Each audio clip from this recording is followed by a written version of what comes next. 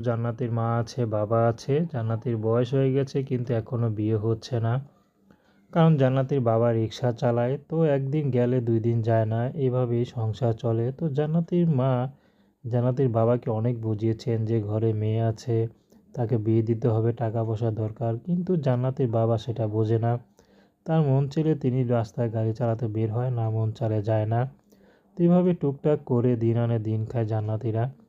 অভাবে সংসার। জান্নাতিও একটু দেখতে মোটা হয়ে গেছে বলে অনেকে তাকে বলে বিবাহিত, কিন্তু জান্নাতির বিয়ে হয়নি। তো জান্নাতি এখন চাচা যদি 60-70 বছরে কোনো বুড়ো মানুষও তার দায়িত্ব নিতে চায়, তা তাহলে জান্নাতি তাতে বিয়ে করতে রাজি আছে। কারণ অভাবে সংসার, জান্নাতি কেউ বিয়ে করে না, যারাই আসে তারা শুধু যৌতুক চায়।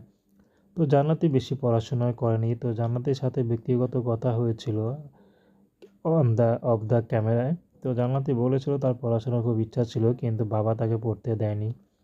তো যেখানে বাবা রিক্সা চালায়, তো রিক্সা চালায় বাবা কি কখনো পড়াশোনার মূল্য বুঝে?